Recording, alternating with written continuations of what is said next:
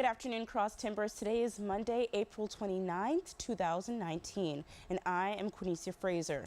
Tarleton searches for a new president. A suspect is arrested after a shooting in Lubbock, and 3 Tarleton football players are going to the NFL. These stories and more coming up next on Texan TV.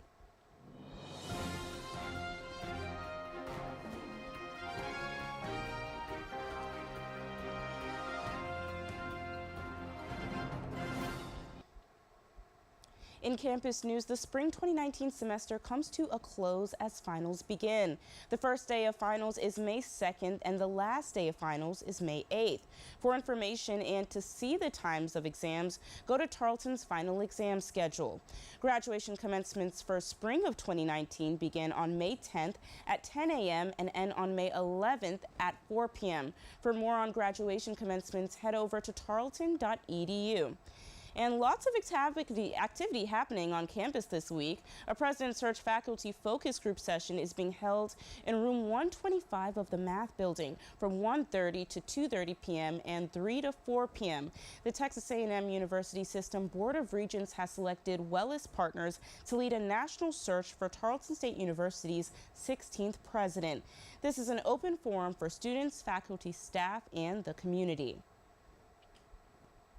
In local news, according to the Stephenville Empire Tribune, Texas Health Harris Methodist Hospital Auxiliary made a generous donation last week to the Wound Care and Hyperbaric Medicine Center. The group donated a Doppler ultrasound unit, which uses high-frequency sound waves to measure the amount of blood flow through various arteries and veins. This device can detect abnormal flow within an artery or blood vessel.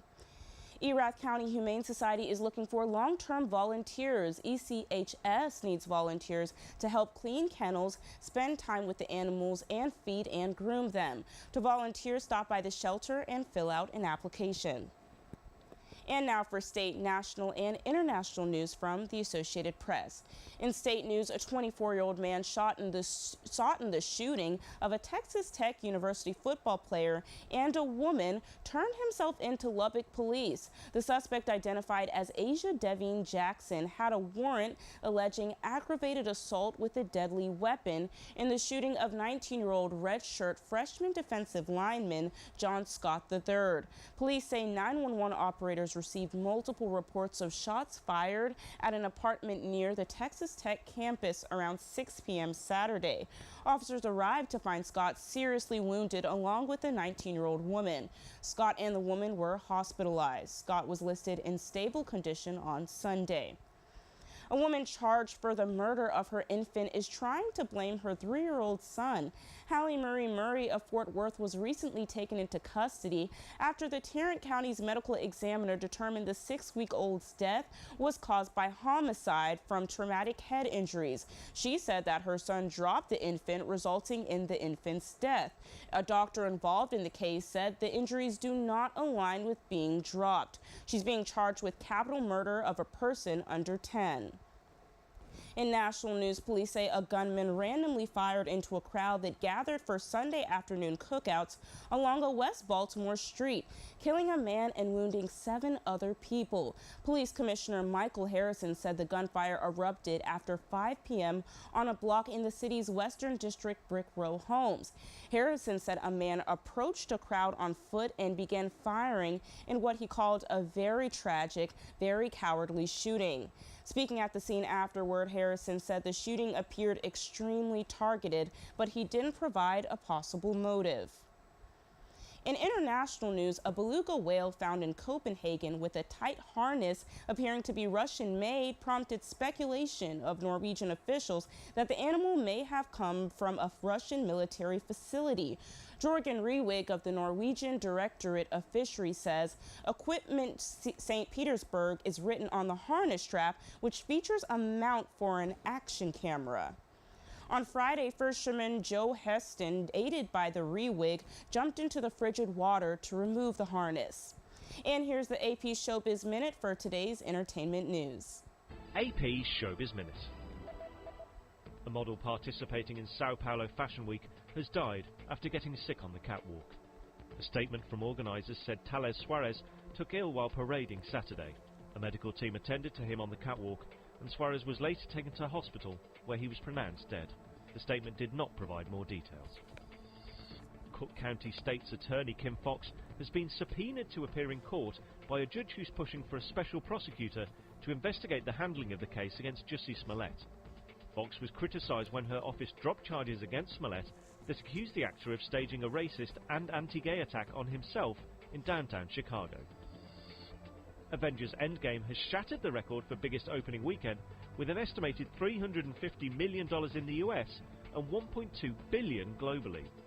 Worldwide, it obliterated the previous record of $640 million set by previous Avengers movie, Infinity War. This is Matt Kemp with AP Showbiz Minute. In sports news, Tarleton football is sending 3 players to the NFL. E.J. Speed was a linebacker for Tarleton. He was drafted to the Indianapolis Colts. Running back Xavier Turner signed a free agent contract with the Arizona Cardinals, and defensive lineman Tyrell Thompson signed a free agent contract with the Los Angeles Rams. I spoke to Thompson yesterday in a FaceTime interview. He says he's proud to make it to the NFL, especially coming from a Division II university. If you can play, they'll find you. You know, a lot of people think just because we win Division II that they always say the caliber of play isn't good. But Division II football, especially in our conference with like Midwestern and Commerce, there's really good players week in and week out. So I mean, if you just go out and you play hard, the NFL teams are going to find you. Being at home, I'm like, man, I really miss Stephenville. All my friends there, they're going to be friends for life. You know, football. And like non-football players, like everyone there is a big family, and everyone there is so friendly and stuff. You don't find that at most universities. Thompson also says he's grateful for all the memories he's made right here at Tarleton. After nearly 2 decades leading the Tarleton tennis team, head coach Lance Drake has put a definitive end to his memorable career. The reason for his resignation, effective May 1st, are his health concerns. Drake has been the most successful Tarleton tennis coach in the history of the program. He led Tarleton to 11 NCAA regional tournaments and registered the program's first Elite 8 appearance. Drake said it's been an honor and privilege to be a part of Tarleton State University and Tarleton athletics. Eliane Douglas Myron, the graduate assistant, will be leading the team for the rest of the season. Today's forecast will be mostly cloudy with a high of 78 degrees and a 20% chance of rain, with winds blowing at 10 miles per hour. And this will not only be our last broadcast of the semester, but it will be my last time anchoring for Texan TV.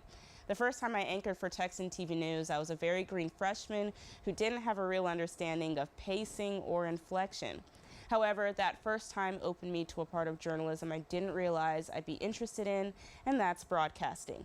From covering election nights to serious stories to interviewing well-known people on campus, I'll forever be grateful for the skills and lessons I've learned from Texan TV longer after I graduate next week. I'll always consider Dan and Catherine to be my news parents because they really took me under their wings and mentored me. Tarleton State University is the best kept secret in Texas, and Texan News is one of this university's many gems. I want to give a huge thank you to Tarleton, the Communications Department, and Texan News Service. This has been a production of Texan TV News, a product of the Texan News Service from the Tarleton State University campus in Stephenville, Texas. Watch us live on Apogee, channel 2.1 in the dorms at 12:30 weekdays.